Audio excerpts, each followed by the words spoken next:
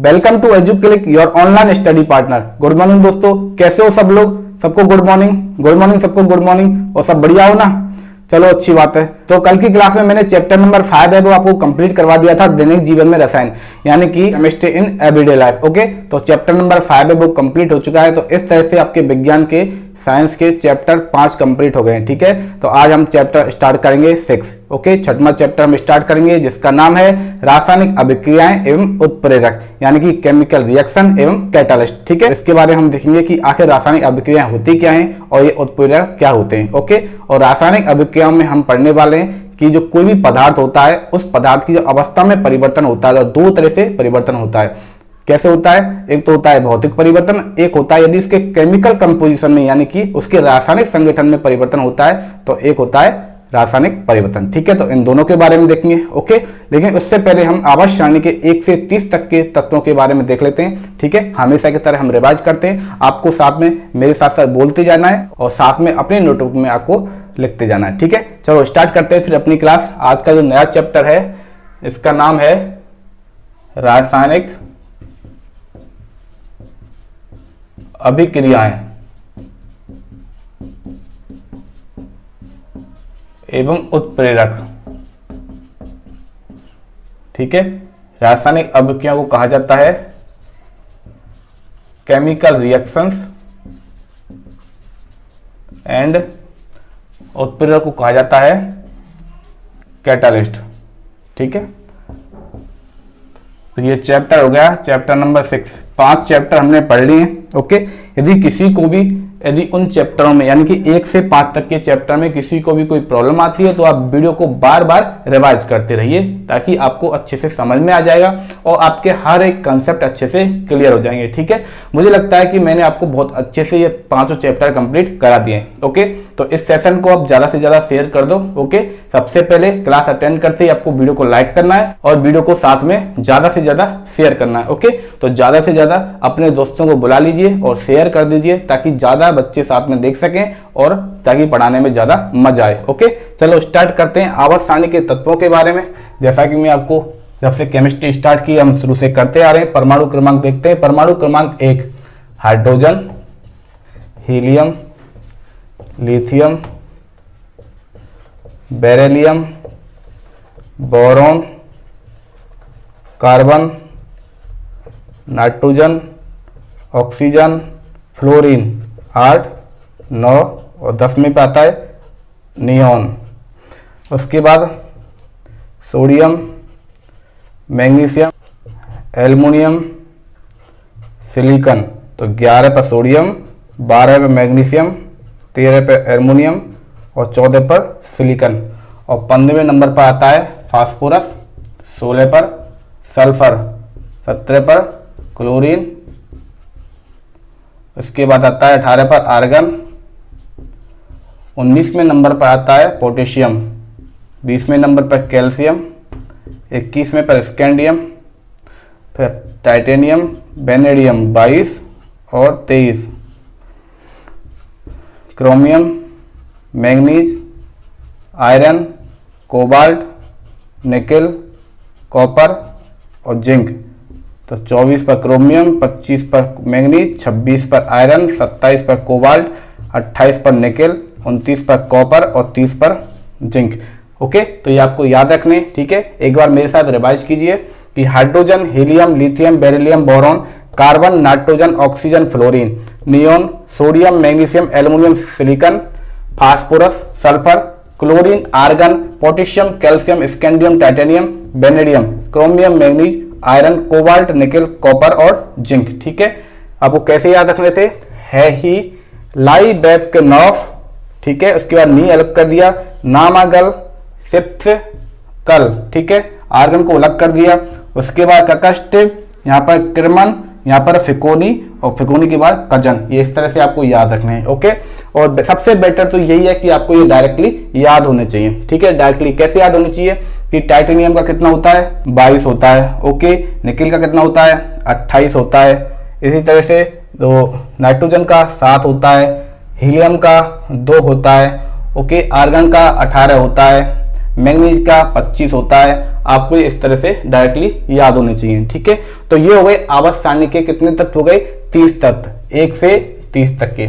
तो डेली हम इनको पढ़ते रहेंगे। ठीक है, अब आते हैं अपने टॉपिक पर, जो चैप्टर का नाम है कि रासायनिक अभिक्रियाएं एवं उत्प्रेरक। तो सबसे पहले हम देखते हैं कि आखिर रासायनिक अभिक्रियाएं क्या होती है, यानी कि केमिकल रिएक्शन से वो क्या होती हैं। तो केमिकल रिएक्शन होती है कि कोई भी पदार्थ होता है, तो किसी भी पदार्थ की यदि रासायनिक संगठन, यानी कि कोई ना कोई पदार्थ का केमिकल कंपोजिशन होता है, जैसे ले लीजिए जल होता है, जल को क्या कहते हैं, वाटर कहते हैं। तो वाटर का जो रासायनिक संगठन, यानी कि इसका जो केमिकल फॉर्मूला होता है, रासायनिक सूत्र होता है, वो होता है H2O। तो रासायनिक संगठन में क्या होता है, हाइड्रोजन के कितने अणु होते हैं, 2 अणु होते हैं। ऑक्सीजन का कितना अणु होता है, 1 अणु होता है। तो ये कहलाता है इसका रासायनिक संगठन। यदि किसी भी पदार्थ के रासायनिक संगठन में परिवर्तन आ जाता है, ठीक है, तो क्या हुआ, पदार्थ में जब रासायनिक परिवर्तन आता है तो उसी रासायनिक परिवर्तन को कहा जाता है रासायनिक अभिक्रिया, यानी कि केमिकल रिएक्शन। ठीक है, और जब इस केमिकल रिएक्शन को जिस पदार्थ के द्वारा, केमिकल रिएक्शन को जिस पदार्थ के द्वारा इसके वेग में परिवर्तन किया जाता है, वेग में परिवर्तन किया जाता है और वह पदार्थ खुद, यानी कि स्वयं अपरिवर्तित रहता है। कैसा रहता है, अपरिवर्तित रहता है, तो वो पदार्थ कहलाता है उत्प्रेरक। क्या कहलाता है, उत्प्रेरक, जिसे कहा जाता है कैटालिस्ट। ठीक है, तो मैंने क्या बताया था कि रासायनिक अभिक्रिया क्या होती है, कि पदार्थ की जो रासायनिक क्रिया होती है, यानी कि पदार्थ की रासायनिक संगठन में परिवर्तन जब होता है तो वो परिवर्तन कहलाता है रासायनिक अभिक्रिया कहलाता है। और यदि रासायनिक अभिक्रिया के वेग में परिवर्तन करने वाला ऐसा पदार्थ जो खुद तो क्या होता है, अपरिवर्तित रहता है, लेकिन रासायनिक अभिक्रिया के वेग में परिवर्तन कर देता है, वो कहलाता है उत्प्रेरक, यानी कि कैटलिस्ट। ठीक है, तो ये हो गई रासायनिक अभिक्रिया और उत्प्रेरक। तो ये क्या अपना चैप्टर का नाम है, तो आपको सबसे पहले यही पता होनी चाहिए कि चैप्टर के नाम में जो दे रखा है वो आखिर होता क्या है। तो अब आते हैं हम अपने बुक के टॉपिक पे आते हैं। तो सबसे पहले जैसे कोई भी पदार्थ होता है, पदार्थ, तो किसी भी पदार्थ में जो परिवर्तन होता है वो 2 तरह से हो सकता है। एक तो होता है रासायनिक परिवर्तन, और एक होता है भौतिक परिवर्तन।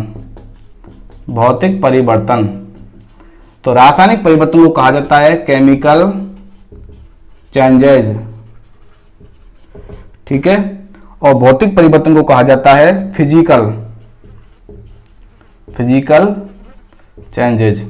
ठीक है, तो सबसे पहले हम पढ़ने वाले हैं फिजिकल चेंजेस, यानी कि भौतिक परिवर्तन होता है वो आखिर होता क्या है। ठीक है, तो मैं एक काम करता हूं, मैं ये रफ कर देता हूं और इसको रफ करने के बाद हम अपने टॉपिक पर आते हैं और इनको अच्छे से डिफाइन करते हैं और अच्छे से इनको पढ़ते हैं। ठीक है, तो अब हम पढ़ते हैं कि पदार्थ में जो होने वाले परिवर्तन है। सबसे पहले देखते हैं कि भौतिक परिवर्तन के बारे में। पहला जो परिवर्तन है वो है भौतिक परिवर्तन, यानी कि फिजिकल चेंजेज। ठीक है, भौतिक परिवर्तन, आखिर भौतिक परिवर्तन होता क्या है। तो जब कोई भी पदार्थ होता है तो इस पदार्थ के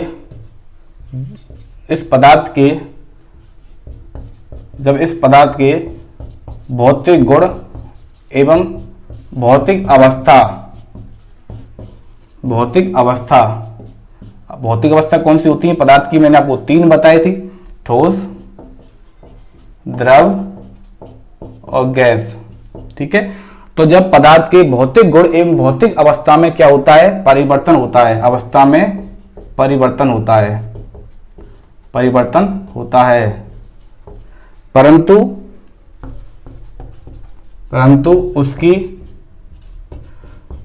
उसके रासायनिक संगठन में कोई परिवर्तन नहीं होता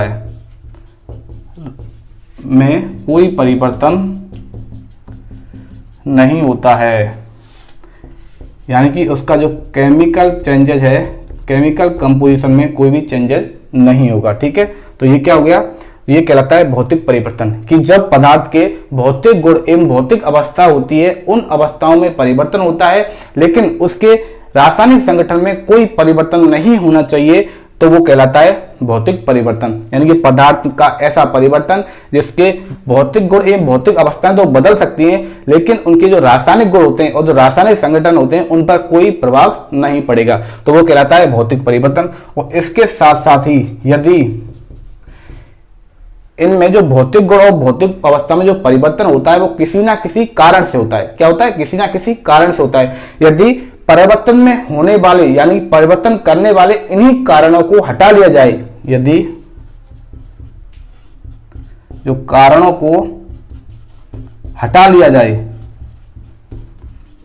जाए तो पदार्थ होता है, पदार्थ अपनी मूल अवस्था यानी कि प्रारंभिक अवस्था में आ जाता है, प्रारंभिक अवस्था में आ जाता है। ये किसके अंदर होता है? ये होता है भौतिक परिवर्तन के अंदर, यानी कि फिजिकल चेंजेस के अंदर, कि यदि जिस कारणों के कारण भौतिक गुण भौतिक अवस्थाएं बदल जाती है, यदि उन्हीं कारणों को हटा लिया जाए तो इनके हटाने पर पदार्थ होता है वापस अपनी पुरानी अवस्था में आ जाता है, यानी कि मूलभूत अवस्था में आ जाता है, प्रारंभिक अवस्था में आ जाता है। ओके, तो ये कहलाता है भौतिक परिवर्तन कहलाता है। इसका मतलब होता है कि जो पदार्थ होता है वो अपनी प्रारंभिक अवस्था में आ गया। इसका मतलब क्या हुआ कि परिवर्तन होता है, यह परिवर्तन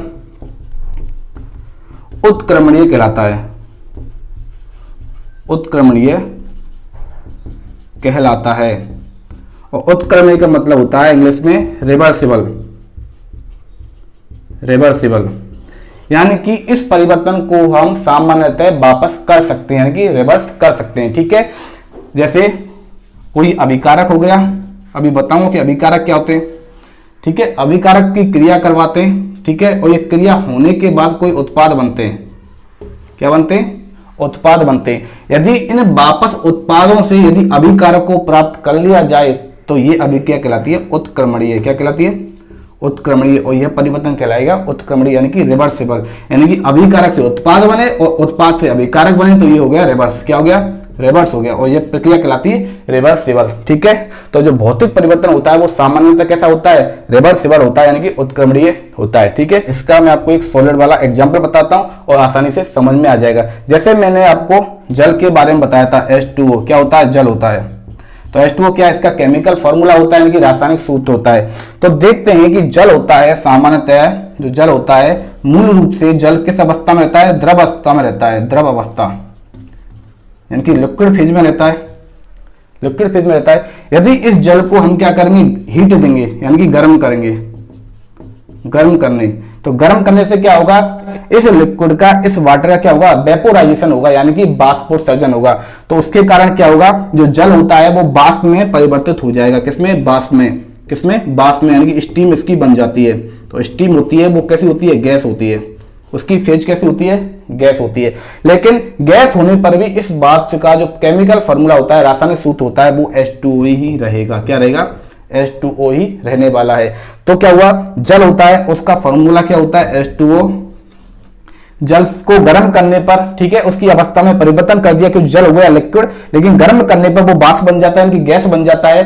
तो अवस्था परिवर्तन हो गई, यानी कि वो द्रव से बन गया गैस। तो क्या हुई? अवस्था परिवर्तन हो गई। लेकिन उसका जो केमिकल फॉर्मेशन है, उसका रासायनिक संगठन है, रासायनिक सूत्र होता है, ठीक है, वो बिल्कुल भी चेंज नहीं होने वाला है, क्योंकि ये भी जल है, इसका फॉर्मूला भी H2O होता है, और जल से बनी हुई बाष्प होती है, उसका फॉर्मूला भी क्या होता है? H2O होता है। ठीक है, और देखते हैं, यदि इस जल को हम ठंडा कर देते हैं, ठंडा यानी कि फ्रीजिंग पॉइंट तक इसको क्या करते हैं? ठंडा करते हैं, इसको फ्रीज करते हैं। ठीक है, फ्रीज करने पर जल किसमें बदल जाता है? बर्फ में बदल जाता है। किसमें? बर्फ में बदल जाता है, यानी कि वाटर से बन जाएगी आइस। और बर्फ कैसी होती है? ठोस, यानी कि सॉलिड होती है। तो क्या हुआ? द्रव से क्या बन गई? सॉलिड बन गया। लिक्विड से क्या बन गया? सॉलिड बन गया। तो ये क्या हो गया? अवस्था परिवर्तन हो गया। फिर से अवस्था परिवर्तन हो गया। लेकिन क्या होता है? जल का जो केमिकल फॉर्मूला होता है, रासायनिक सूत्र होता है, वो H2O होता है, और बर्फ का भी जो केमिकल फॉर्मूला होता है वो भी H2O रहता है।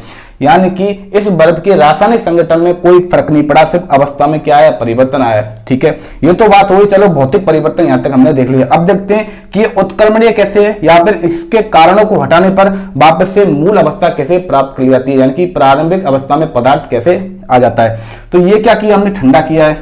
ठीक है, अब हम क्या करते हैं? इस बर्फ को क्या करते हैं? गर्म करते हैं। क्या करते हैं? बर्फ को गर्म करते हैं।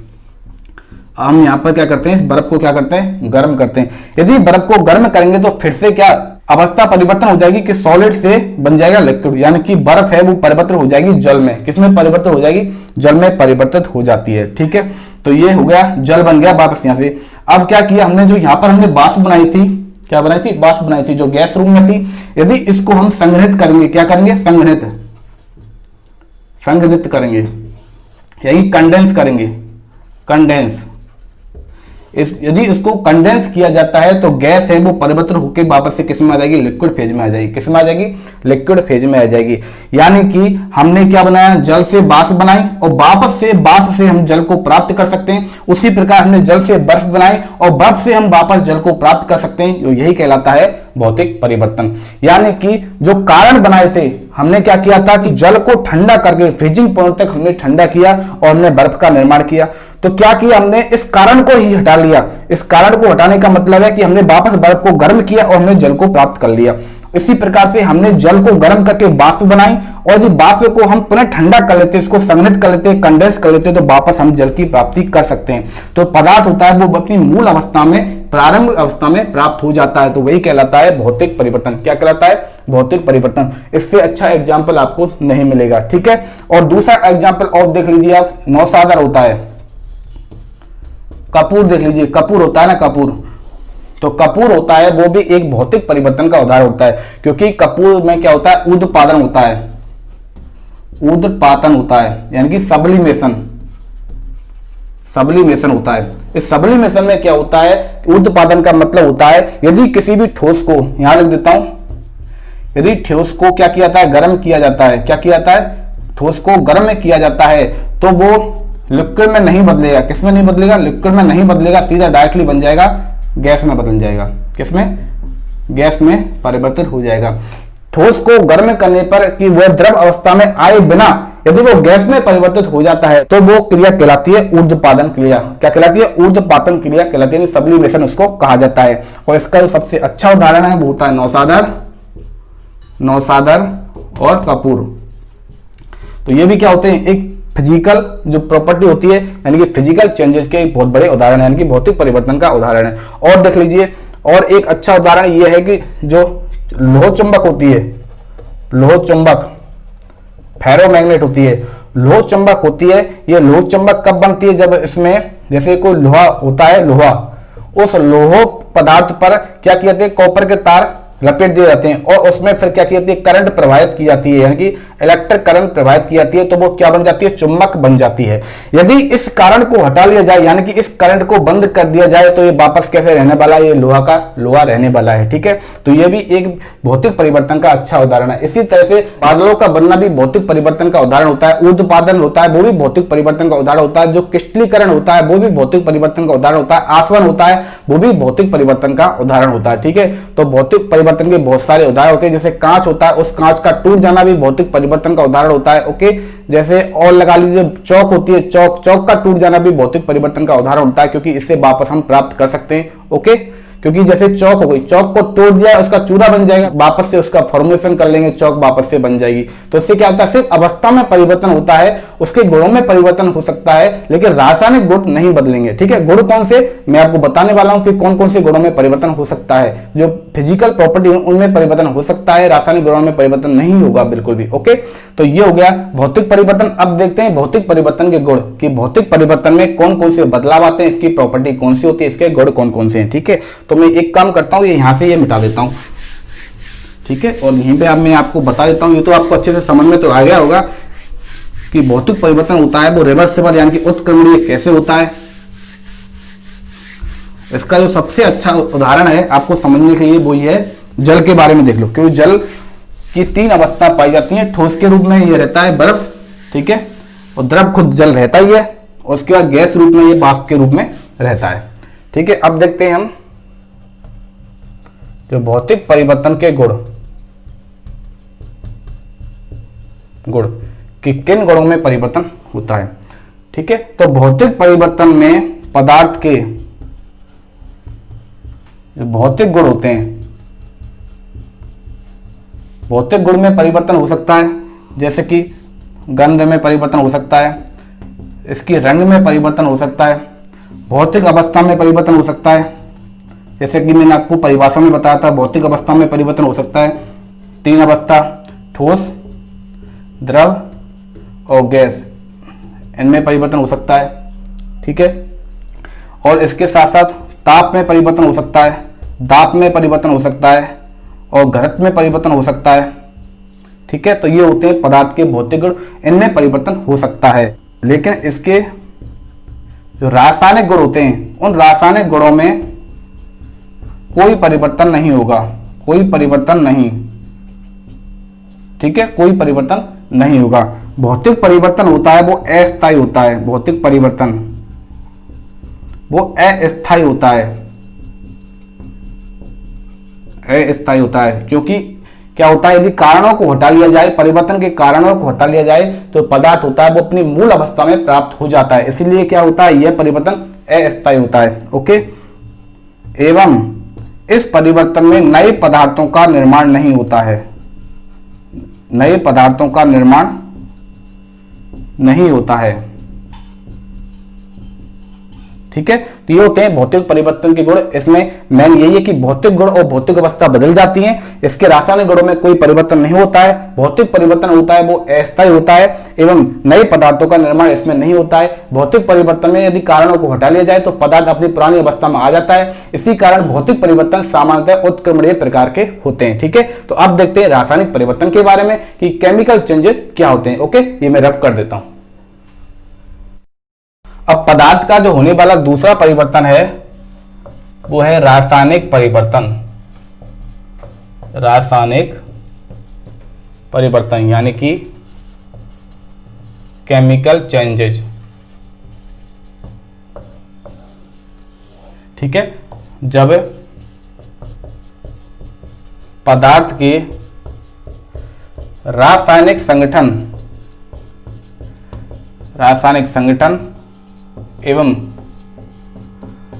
गुणों में परिवर्तन होता है एवं नए पदार्थ का निर्माण होता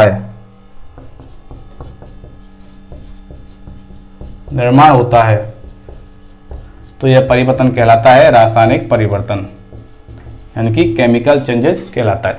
इसमें मैंने आपको पहले बता दिया है कि रासायनिक संगठन और रासायनिक गुणों में क्या होता है, परिवर्तन हो जाता है और नए पदार्थ का निर्माण होता है। ठीक है, तो इसमें यह जरूरी नहीं है, यह बिल्कुल भी जरूरी नहीं है कि यदि कारणों को हटा लिया जाए, कारणों को हटा लिया जाए, हटा लेने पर पुनः जो मूल पदार्थ होता है, मूल पदार्थ उसको प्राप्त किया जा सके, तो आपको ये बात याद रखनी है कि जो भौतिक परिवर्तन होता है उसमें कारणों को हटा लेने पर मूल पदार्थ प्राप्त हो जाता है, लेकिन रासायनिक परिवर्तन में कारणों को हटा लेने पर मूल पदार्थ प्राप्त नहीं होता है, क्योंकि ये जरूरी नहीं है कि ये प्राप्त हो जाए। ठीक है, इसका मतलब तो यही है कि बिल्कुल भी प्राप्त नहीं होता है। ओके, आप इसके एग्जाम्पल देख लीजिए, जैसे CO2 का निर्माण। तो क्या होता है, जो कार्बन होता है, हमारी प्रकृति में मौजूद जो कार्बन होता है वो जब ऑक्सीजन के साथ क्रिया करता है, किसके साथ, ऑक्सीजन के साथ क्रिया करता है, तो उत्पाद के रूप में कार्बन डाइऑक्साइड गैस बनती है, कार्बन डाइऑक्साइड गैस बनती है। ठीक है, यानी कि कार्बन को C से व्यक्त करेंगे, ऑक्सीजन को O से व्यक्त करेंगे। ठीक है, तो इस तरह से CO2 गैस बन जाएगी। कौन सी गैस बन गई, CO2, यानी कि कार्बन डाइऑक्साइड गैस बन जाएगी। इसको संतुलित करने के लिए यहाँ पर 2 लिख दीजिए, क्योंकि यहाँ पर ऑक्सीजन के 2 अणु हैं, यहाँ पर कार्बन का 1 अणु है, तो इसमें भी कार्बन का 1 अणु है, लेकिन ऑक्सीजन के 2 अणु है, तो यहाँ पर भी ऑक्सीजन के 2 अणु होने चाहिए। इस प्रकार से ये जो अभिक्रिया होती है वो संतुलित हो जाती है। तो मैंने आपको क्या बताया था कि रासायनिक परिवर्तन में उसके रासायनिक संगठन और गुणों में तो परिवर्तन हो जाता है। तो देख लीजिए, यहाँ पर था कार्बन, ठीक है, यहाँ पर था ऑक्सीजन, 2 अलग अलग तत्व हैं। इन तत्वों के जुड़ने से क्या बना, एक नया तत्व बन जाता है, यानी कि एक नई गैस का निर्माण होता है, एक नया पदार्थ बन जाता है। वो पदार्थ होता है कार्बन डाइऑक्साइड। क्या होता है, जो एक गैस के रूप में पाई जाती है। तो इस कार्बन डाइऑक्साइड गैस से हम कार्बन पुनः प्राप्त नहीं कर सकते। ठीक है, तो ये कार्बन क्या होता है, कोयला होता है, हमारी प्रकृति में जो कार्बन मौजूद रहता है वो कोयले के रूप में रहता है। किसके रूप में रहता है? कोयले के रूप में रहता है। यदि कोयले की क्रिया यदि ऑक्सीजन के साथ करवाई जाती है तो बनती है कार्बन डाइऑक्साइड गैस, और वापस यदि कार्बन डाइऑक्साइड गैस से हम कोयला प्राप्त नहीं कर सकते। इसी कारण जो रासायनिक परिवर्तन होते हैं वो अनुत्क्रमणीय होते हैं, अनुत्क्रमणीय होते हैं। अनुत्क्रमणीय का मतलब होता है इररिवर्सिबल, इररिवर्सिबल, ठीक है। और भौतिक परिवर्तन होते हैं वो उत्क्रमणीय होते हैं, उसका मतलब रिवर्सिबल होते हैं, ठीक है। तो इसमें कार्बन डाइऑक्साइड से हम वापस कोयला प्राप्त नहीं कर सकते, क्योंकि ये क्या होता है? इररिवर्सिबल होते हैं, ये रासायनिक परिवर्तन होते हैं, और नए पदार्थ का निर्माण इसमें हो ही जाता है, कार्बन डाइऑक्साइड इसमें यहाँ पर बन जाती है, ठीक है। ये आपको समझ में आ गया होगा। तो ये होता है रासायनिक परिवर्तन। अब देख लेते हैं कि रासायनिक परिवर्तन के गुण, ठीक है, कौन कौन से गुण। इसमें जो रासायनिक संगठन बदल जाता है, क्या बदल जाता है? रासायनिक संगठन बदल गया। इसके साथ साथ रासायनिक गुण भी बदल जाते हैं। रासायनिक गुणों में भी क्या हो जाता है? परिवर्तन हो जाता है। रासायनिक गुणों में भी परिवर्तन हो जाता है। और क्या होता है? ये जो रासायनिक परिवर्तन होता है वो अनुत्क्रमणीय होता है, मैंने आपको बताया भी। कैसा होता है? अनुत्क्रमणीय होता है। और नए पदार्थ का निर्माण होता है। नए पदार्थ का क्या होता है? निर्माण होता है। और रासायनिक परिवर्तन होता है वो स्थायी होता है। कैसा होता है? स्थायी, स्थायी होता है। मैंने आपको बताया था कि भौतिक परिवर्तन अस्थायी होता है, क्योंकि इसमें वापस मूल पदार्थ प्राप्त किया जा सकता है, लेकिन रासायनिक परिवर्तन में वापस मूल पदार्थ प्राप्त नहीं किया जा सकता, इसलिए यह परिवर्तन कैसा होता है? स्थायी होता है। यानी कि हम कार्बन डाइऑक्साइड से वापस हम कोयला प्राप्त नहीं कर सकते।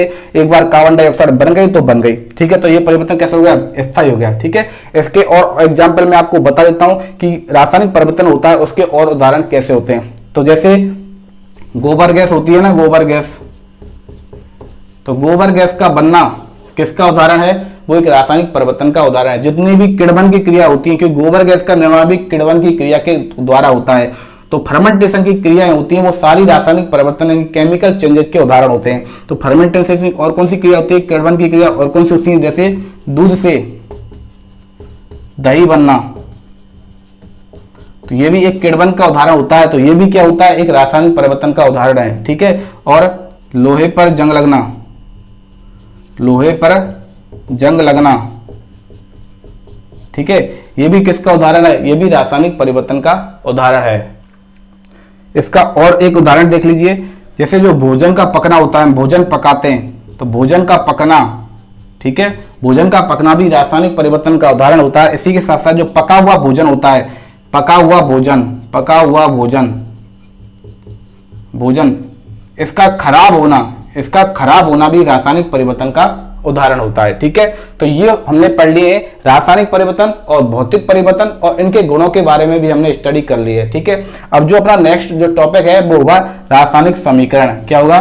रासायनिक समीकरण, ठीक है। तो उसके बारे में हम पढ़ते हैं, ठीक है। तो ये मैं रफ कर देता हूं और फिर अब हम पढ़ते हैं कि रासायनिक समीकरण आखिर क्या होता है। तो अब हम पढ़ते हैं रासायनिक समीकरण के बारे में। रासायनिक समीकरण क्या होता है,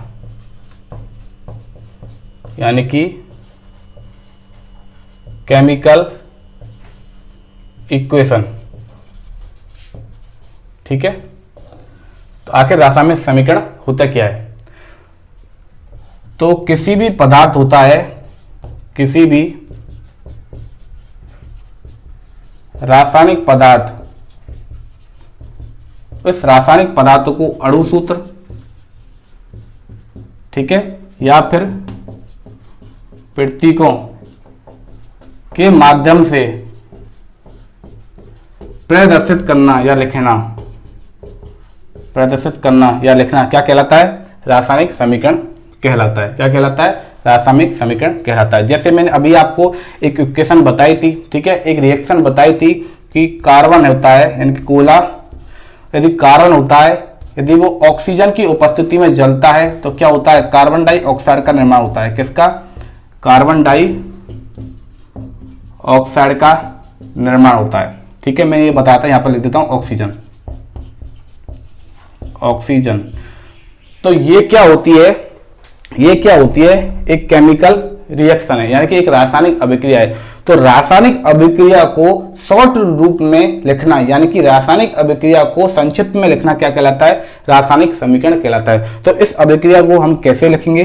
कार्बन को लिखेंगे C से, ऑक्सीजन को लिखेंगे O से, और कार्बन डाइऑक्साइड बन जाता है CO2, और ये बन गया रासायनिक समीकरण, रासायनिक समीकरण। ठीक है।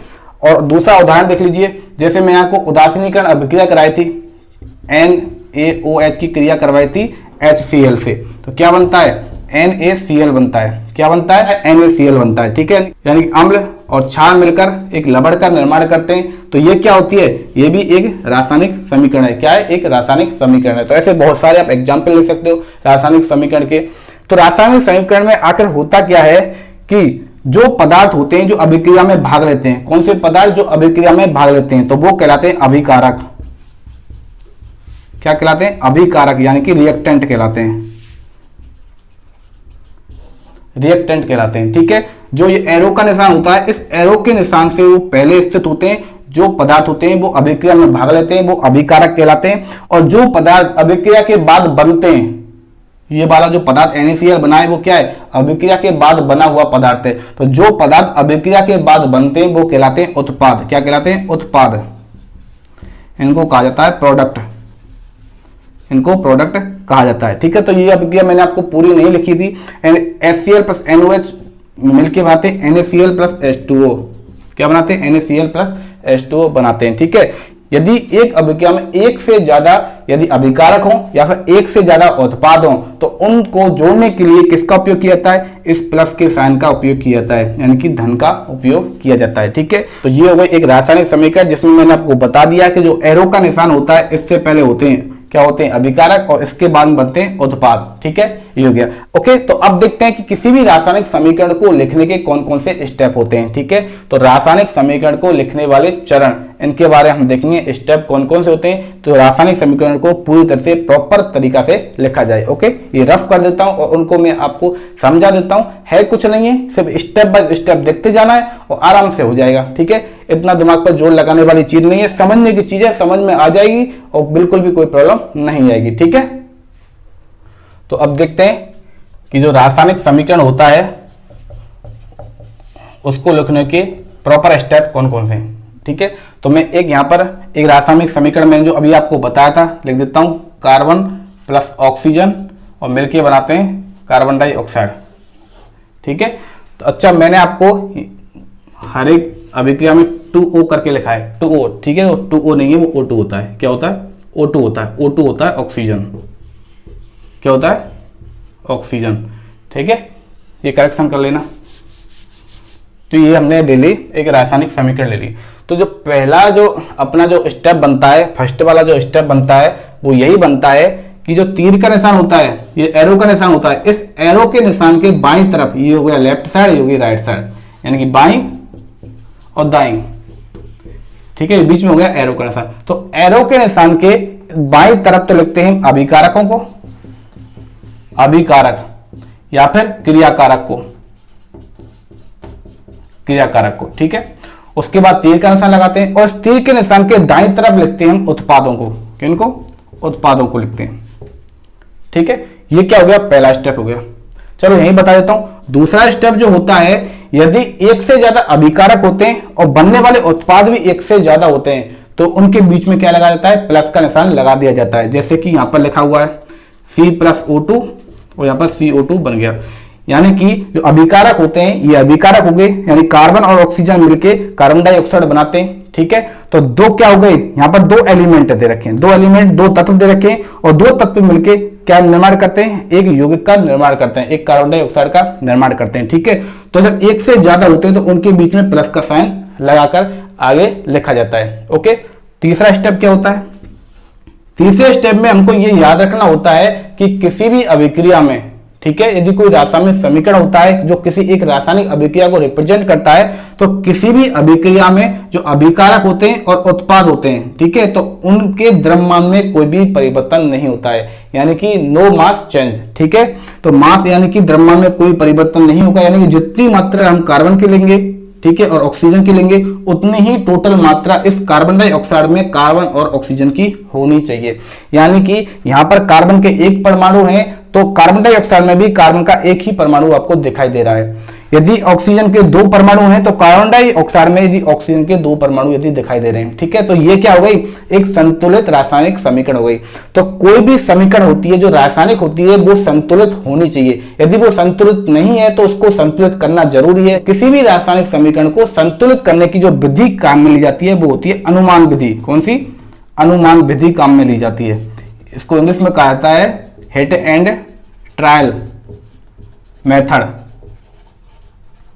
इसके द्वारा क्या किया जाता है, इसके द्वारा किसी भी रासायनिक समीकरण को संतुलित किया जाता है, यानी कि बैलेंस किया जाता है। इसमें यही याद रखना होता है कि कोई भी जो रासायनिक समीकरण होती है, रासायनिक अभिक्रिया होती है, वो द्रव्यमान संरक्षण के नियम पर आधारित होती है, यानी कि मास कंजर्वेशन लॉ पर आधारित होती है। यानी कि जो अभिकारक होते हैं, ठीक है, जो क्रिया में भाग लेते हैं, उनका जो टोटल मास होगा, ठीक है, उतना ही मास उत्पादों का बनना चाहिए। यानी कि अभिकारकों के परमाणु की संख्या बराबर होनी चाहिए उत्पादों के परमाणु की संख्या के, ठीक है। तो यदि वो संतुलन में नहीं होते हैं तो संतुलन में करने के लिए हमें अनुमान विधि का उपयोग किया जाता है, जिसे हिट एंड ट्रायल मेथड भी कहा जाता है। अब ये विधि कैसे होती है, ठीक है, इसके बारे में देख लेते हैं। तो अनुमान विधि में सबसे पहले जो हम संतुलित करते हैं वो हाइड्रोजन और जो ऑक्सीजन परमाणु होते हैं, ऑक्सीजन परमाणु, किसी भी रासायनिक समीकरण में हाइड्रोजन और ऑक्सीजन परमाणु को छोड़कर जो बाकी के परमाणु होते हैं सबसे पहले उनको संतुलित किया जाता है, ठीक है। तो सबसे पहले हम संतुलित करेंगे और हाइड्रोजन को छोड़ देंगे, ऑक्सीजन को छोड़ देंगे और बाकी के जो भी परमाणु होंगे उनको सबसे पहले संतुलित करेंगे। उसके बाद नंबर आएगा हाइड्रोजन का, उसके बाद नंबर आएगा ऑक्सीजन का, ठीक है। एक एग्जाम्पल से मैं आपको बता देता हूं जो आपकी बुक में दे रखा है। आपकी बुक में एक एग्जाम्पल दे रखा है, जैसे प्रोपेन दे रखा है। क्या दे रखा है? प्रोपेन। तो प्रोपेन की क्रिया जो ऑक्सीजन के साथ करवाई जाती है तो निर्माण होता है कार्बन डाइऑक्साइड का, कार्बन डाइऑक्साइड का, ठीक है, शॉर्ट में लिख देते हैं, और साथ में जल बनता है, ठीक है। तो ये क्या हो गई, एक रासायनिक अभिक्रिया हो गई। और किसी भी रासायनिक अभिक्रिया को शॉर्ट रूप में रासायनिक समीकरण यानी केमिकल इक्वेशन के द्वारा लिखा जाता है। तो प्रोपेन का फॉर्मूला होता है C3H8, ठीक है। जब मैं बताऊंगा एल्केन का नामकरण, एल्केन, एल्कीन और एल्काइन, ठीक है, इनका जब मैं नामकरण बताऊंगा तो आपको बताऊंगा कि आखिर प्रोपेन का फॉर्मूला है वो C3H8 आता कैसे, ठीक है। यहां पर याद दबा देता हूं, CnH2n+2 होता है एल्केन का फॉर्मूला, यानी कि प्रोपेन का मतलब, प्रोप का मतलब होता है कार्बन 3, तो 3 कार्बन हो गए, ठीक है। और एन आपको लग रहा है तो +2 यहां पर लग जाएगा। H2n होता है वो एन का दोगुना हो जाता है, यानी कि 3 दूनी 6 और +2 8 बन जाते हैं। तो C3H8 होता है, ये प्रोपेन का फॉर्मूला होता है। आगे अच्छे से आपको मैं समझा दूंगा, ठीक है। ऑक्सीजन को हम रखेंगे O2 और कार्बन डाइऑक्साइड बन जाती है उत्पाद के रूप में, तो CO2 और प्लस जल का निर्माण हो जाता है H2 का। तो मैंने आपको क्या बताया था, हिट एंड ट्रायल मेथड के अनुसार ऑक्सीजन और हाइड्रोजन को छोड़कर बाकी जो भी परमाणु होते हैं उनको सबसे पहले संतुलित किया जाएगा। तो यहाँ पर हमने ऑक्सीजन को छोड़ दिया, यहाँ पर हमने हाइड्रोजन को छोड़ दिया, तो कौन सा परमाणु है इसमें? कार्बन होता है। तो यहाँ पर देख लीजिए कि अभिकारक में जितने परमाणु दे रखे हैं उतने कार्बन के परमाणु उत्पाद में होने चाहिए, ठीक है। तो यहाँ पर कार्बन कितने, यहाँ पर कार्बन के 3 परमाणु दे रखे हैं, तो जो उत्पाद बनता है उसमें भी कार्बन के 3 परमाणु होने चाहिए। तो H2 में तो कार्बन का कोई परमाणु है ही नहीं है, लेकिन इसमें CO2 में कार्बन का 1 परमाणु दे रखा है, जबकि होने कितने चाहिए? 3 होने चाहिए। तो यहाँ पर लिख देते हैं 3। क्या लिख देते हैं? 3। चलो, ये पहला स्टेप हो गया इसका। दूसरा स्टेप देखते हैं। हमने कार्बन का देख लिया, अब कार्बन के बाद हम देखते हैं हाइड्रोजन का। किसका देखते हैं? हाइड्रोजन का देख लेते हैं। तो कार्बन के बाद देखते हैं हाइड्रोजन का, ठीक है। तो देख लीजिए उत्पादों में, और ऑक्सीजन में तो कोई हाइड्रोजन है ही नहीं, प्रोपेन में 8 हाइड्रोजन है। कितने? हाइड्रोजन के 8 परमाणु दे रखे हैं, तो हाइड्रोजन के 8 परमाणु उत्पाद में भी होने चाहिए। तो यहाँ पर कितने दे रखे हैं? हाइड्रोजन के 2 परमाणु दे रखे हैं, यहाँ पर 4 लिख दिया जाता है। क्या लिख देते हैं? यहाँ पर 4 लिख देते हैं। तो हाइड्रोजन के 4 दूनी 8 परमाणु बन जाते हैं। तो ये अभिक्रिया होती है, ये रासायनिक समीकरण है, ये आगे ऐसे लिखा जा सकता है। यहाँ पर 3CO2 बन गया, प्लस में 4H2O बन जाते हैं। ओके, तो अब बारी आती है ऑक्सीजन की, ठीक है।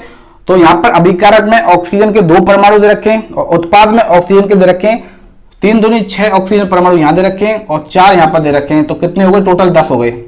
कितने हो गए? 10 हो गए। तो जब उत्पाद में 10 ऑक्सीजन के परमाणु दे रखे हैं तो इस अभिकारक में भी ऑक्सीजन के 10 ही परमाणु होने चाहिए। तो पहले कितने दे रखे हैं? 2 दे रखे हैं, यहाँ पर 5 लिख दिया जाता है, 5 दूनी 10 बन जाते हैं ऑक्सीजन के परमाणु। तो जो तीसरा स्टेप आता है C3H8 plus 5O2 3CO2 plus 4H2O। ठीक है। अब ये जो समीकरण बनती है, ये रासायनिक समीकरण होती है, यह पूरी तरह से संतुलित होती है। कैसी होती है? संतुलित होती है, यानी कि पूरी तरह से बैलेंस होती है। चेक कर लीजिए, कार्बन 3 है यहाँ पर, ठीक है, तो यहाँ पर भी कार्बन 3 है। और हाइड्रोजन देख लीजिए, यहाँ पर हाइड्रोजन 8 है, तो यहाँ पर भी हाइड्रोजन कितने, 4 दूनी 8 हो गए।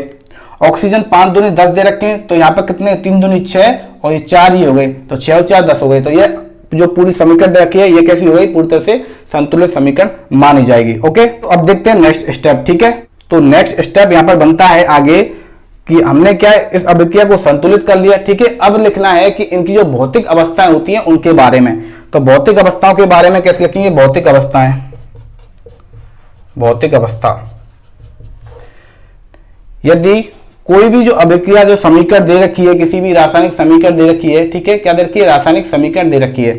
तो रासायनिक समीकरण में यदि द्रव आता है, कोई पदार्थ द्रव होता है तो उसकी जगह लिखा जाता है L, ठीक है। ठोस होता है, ठोस, तो उसकी जगह लिखा जाता है S, और गैस होता है तो उसके नीचे लिखा जाता है G। क्या लिखा जाता है? G। तो लिक्विड, सॉलिड और गैस, ठीक है। तो इस प्रकार से इनको लिखा जाता है। जैसे कोई भी अभिक्रिया यहाँ पर देख लीजिए, जैसे मैंने आपको क्या बताया था, यहाँ पर ये देख लीजिए, कार्बन ऑक्सीजन मिलकर कार्बन डाइऑक्साइड बनाते हैं। तो कार्बन क्या होता है? एक ठोस होता है, तो इसके नीचे लिखा जाता है S। ऑक्सीजन एक गैस होती है, तो यहाँ पर लिख देंगे G, और CO2 भी एक गैस होती है, तो यहाँ पर लिख देंगे G। ओके, ये हमने देख लिया कि भौतिक अवस्थाओं के बारे में देख लिया कि रासायनिक समीकरण में भौतिक अवस्थाओं को किस प्रकार से व्यक्त किया जाता है। अब इसके बाद देखते हैं कि यदि किसी भी अभिकारक या फिर उत्पाद होते हैं, यदि इनमें कोई एक जलीय विलयन पाया जाता है तो उस जलीय विलयन के नीचे लिखते हैं हम AQ। क्या लिखते हैं? AQ। मैंने आपको बताया था एक दिन, उस जलीय विलयन के नीचे AQ लिखते हैं। AQ का मतलब होता है एक्वा, और एक्वा जो टर्मिनोलॉजी होती है वो होती है किसकी? वाटर की होती है, यानी जलीय विलयन की होती है, ठीक है। तो जैसे कोई एक अभिक्रिया देख लेते हैं, जैसे CaO, इसे कहा जाता है कैल्शियम ऑक्साइड, ठीक है। ये होता है बिना भुजा हुआ चूना। यदि इसकी क्रिया करवाई जाती है जल के साथ तो निर्माण होता है कैल्शियम हाइड्रोक्साइड, यानी कि भुजा हुआ चूना। किसका निर्माण होता है? कैल्शियम हाइड्रोक्साइड का निर्माण होता है, ठीक है। तो यहाँ पे कैल्शियम कितना? 1, कैल्शियम यहाँ पे 1 हो गया। ऑक्सीजन कितने? 2, तो ऑक्सीजन यहाँ पर 2 हो गए। हाइड्रोजन कितने? यहाँ पर हाइड्रोजन कितने? 2, तो यहाँ पर अभी हाइड्रोजन 2 हो गए। तो ये एक संतुलित समीकरण हो गई। क्या होगी? संतुलित समीकरण हो गई। तो इसमें भौतिक अवस्था भी देख लीजिए, जो कैल्शियम ऑक्साइड होता है वो सॉलिड के रूप में होता है, यहाँ पर S लिख देंगे, H2 जल के रूप में होता है, यहाँ पर लिक्विड लिख देंगे, L लिख देंगे। और जो कैल्शियम हाइड्रोक्साइड होता है ये एक जलीय विलयन होता है, तो यहाँ पर AQ के रूप में लिख दिया जाता है, इसके नीचे AQ लिख दिया जाता है, ठीक है। अब इसके बाद नेक्स्ट स्टेप है, कोई अभिक्रिया रिवर्सिबल होती है। कैसी होती है? रिवर्सिबल होती है, यानी कि अभिकारकों से उत्पाद का निर्माण होता है और उत्पाद से अभिकारकों का निर्माण होता है, तो उसको व्यक्त किया जाता है। यहाँ पर लिख देता हूं, जैसे ये हो गए अभिकारक, रिएक्टेंट, इससे निर्माण हो गया उत्पादों का। यदि उत्पाद से अभिकारक का निर्माण होता है तो ये इस प्रकार से इसको लिख दिया जाता है। ये जो निशान होता है, ये वाला जो साइन होता है वो उत्क्रमणिकता का दिखाता है, यानी कि रिवर्सिबल प्रोसेस का बताता है। तो एक स्टेप इसका ये बनता है। इससे नेक्स्ट स्टेप है वो आता है यदि ताप और जो दाब होते हैं, यदि किसी भी जो रासायनिक अभिक्रिया को कंडक्ट करवाने के लिए जो ताप और दाब होते हैं, उन ताप एवं दाब को लिखा जाता है इस तीर के निशान के ऊपर। जो तीर का निशान दे रखा है, अभिक्रिया से उत्पाद बनते हैं तो इसके ऊपर लिखा जाता है यहाँ पर ताप, यहीं पर लिखा जाता है दाब। तो ये एक स्टेप बनता है। ओके, यदि किसी भी अभिक्रिया को पूर्ण करने के लिए जो उत्प्रेरक आते हैं, ठीक है, जो उत्प्रेरक आते हैं वो काम करते हैं, तो उत्प्रेरकों को भी यहीं लिखा जाता है, इस तीर के निशान के ऊपर लिखेंगे उत्प्रेरक। उत्प्रेरक को भी इस तीर के निशान के ऊपर लिखेंगे, ठीक है। इसके बाद जो नेक्स्ट स्टेप आता है, यदि कोई भी जो अभिक्रिया होती है वो ऊष्मा क्षेपी होती है, यानी कि उसमें ऊष्मा बाहर निकलती है, और एक अभिक्रिया होती है वो ऊष्मा शोषी होती है, यानी कि उसमें ऊष्मा देनी पड़ती है। तो यदि किसी भी अभिक्रिया में ऊष्मा बाहर निकलती है, यानी कि उत्पादों के साथ ऊष्मा बाहर निकलती है, तो उसको प्लस ऊष्मा करके लिखा जाता है, प्लस ऊष्मा करके लिखा जाता है, ठीक है। और यदि किसी अभिक्रिया में ऊष्मा देनी पड़ती है, ठीक है, तो उसमें उत्पाद और माइनस ऊष्मा करके लिखा जाता है। किसमें लिखा जाता है? माइनस ऊष्मा करके लिखा जाता है, ठीक है। तो ये सभी स्टेप होते हैं वो एक रासायनिक समीकरण को संतुलित करने के साथ साथ कंप्लीट पूरी तरह से लिखने के लिए जरूरी होते हैं। मैंने आपको कौन कौन से स्टेप बताए थे? सबसे पहले मैंने आपको बताया था जो तीर का निशान होता है, एरो का निशान होता है, उससे लेफ्ट वाली साइड में लिखा जाता है अभिकारक यानी क्रियाकारकों को, रिएक्टेंट को, और राइट वाली साइड में लिखा जाता है किनको? उत्पादों को लिखा जाता है, प्रोडक्ट को लिखा जाता है। यदि एक से ज्यादा अभिकारक उत्पाद होते हैं तो उनके बीच में प्लस का साइन लगा दिया जाता है, ठीक है। उसके बाद मैंने आपको बताया था कि इनका संतुलन में होना आवश्यक है, क्योंकि यह द्रव्यमान संरक्षण के नियम पर आधारित होती है जो भी रासायनिक समीकरण होती है, यानी कि उत्पादों का जो द्रव्यमान होगा वही अभिकारकों का द्रव्यमान होगा, यानी कि अभिकारकों का जो द्रव्यमान होगा वही उत्पादों का द्रव्यमान होगा। यानी कि किसी भी क्रिया में भाग लेने वाले अभिकारक के परमाणु, उन्हीं के द्वारा बनने वाले जो उत्पाद होते हैं उनके परमाणु की संख्या बराबर रहनी चाहिए, ठीक है। इसका जो संतुलन किया जाता है वो अनुमान विधि के द्वारा किया जाता है, जिसे हिट एंड ट्रायल मेथड भी कहा जाता है। इसमें हाइड्रोजन और ऑक्सीजन परमाणु को छोड़ दिया जाता है, बाकी के परमाणु को सबसे पहले संतुलित किया जाता है, उसके बाद हाइड्रोजन को संतुलित किया जाता है, उसके बाद ऑक्सीजन को संतुलित किया जाता है, ठीक है। ये मैंने आपको बता दिया था कि संतुलित कैसे किया जाता है। यदि किसी भी अभिक्रिया में अभिकारक से उत्पाद बनते हैं और उत्पाद से वापस अभिकारक को प्राप्त कर लिया जाता है तो वो अभिक्रिया होती है उत्क्रमणीय यानी कि रिवर्सिबल कहलाती है, उसको इस साइन के द्वारा व्यक्त किया जाता है, ठीक है। इसके बाद मैंने आपको बताया था किसी भी अभिक्रिया में जो ताप एवं दाब की जो अवस्थाएं होती हैं उनको लिखा जाता है जो तीर के निशान के ऊपर लिखा जाता है, और किसी भी अभिक्रिया में यदि कोई उत्प्रेरक काम में दिया जाता है तो वो भी तीर के निशान के ऊपर लिखा जाता है। और मैंने आपको यह भी बताया था जो भौतिक अवस्थाएं होती हैं, जो पदार्थ की भौतिक अवस्थाएं होती है, उन भौतिक अवस्था कौन कौन सी बताई थी, सॉलिड, लिक्विड और गैस। तो उन भौतिक अवस्थाओं को पदार्थ के नीचे ही लिखा जाता है, यानी कि सॉलिड होगा तो पदार्थ के नीचे एस लिखेंगे, लिक्विड होगा तो पदार्थ के नीचे एल लिखेंगे, ठीक है। और यदि कोई इसका जलीय विलयन होगा, किसी भी पदार्थ का जलीय विलयन यदि रासायनिक समीकरण में आता है तो उसके नीचे AQ करके लिखा जाता है, ठीक है। तो ये हो गई किसी भी रासायनिक समीकरण को व्यक्त करने के लिए, प्रदर्शित करने के लिए कौन कौन से चरण महत्वपूर्ण होते हैं उनके बारे में मैंने आपको बता दिया है। इसकी विशेषताओं के बारे में आपको बता देता हूं कि किसी भी रासायनिक समीकरण के द्वारा हम उत्पादों के बारे में पता लगा सकते हैं, अभिकारक के बारे में पता लगा सकते हैं, उनके रासायनिक संगठन के बारे में पता लगा सकते हैं, ठीक है, उनकी परमाणु की संख्या के बारे में पता लगाया जा सकता है। इसके साथ साथ उनकी भौतिक अवस्था के बारे में पता लगाया जा सकता है कि वो सॉलिड है, लिक्विड है या फिर किसी का जलीय विलयन है।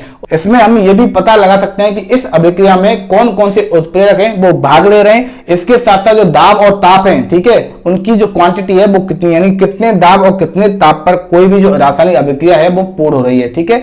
एवं इससे हम ये भी पता लगा सकते हैं कि कौन सी अभिक्रिया होती है वो ऊष्मा शोषी होगी, कौन सी अभिक्रिया होगी वो ऊष्मा छेपी होगी, ठीक है। इसके साथ साथ किसी भी रासायनिक अभिक्रिया की जो उत्क्रमणता होती है, यानी कि रिवर्सिबल होगी या इरिवर्सिबल होगी, उसके बारे में भी हम रासायनिक समीकरण से पता लगा सकते हैं। लेकिन इसकी कुछ सीमाएं दे रखी हैं, क्योंकि कोई भी रासायनिक समीकरण होता है वो किसी भी अभिक्रिया को पूरी तरह से व्यक्त नहीं कर पाता है। और इसके साथ साथ कि रासायनिक समीकरण में सांद्रता के बारे में हमें कहीं पर भी पता नहीं लगता है। किसके बारे में, रासायनिक समीकरण में हम पदार्थ की सांद्रता के बारे में हमें कहीं पर भी पता नहीं लगता है, ना ही पदार्थ की सांद्रता को कहीं पर व्यक्त किया जाता है। तो ये इसकी कुछ सीमाएं होती हैं, ठीक है।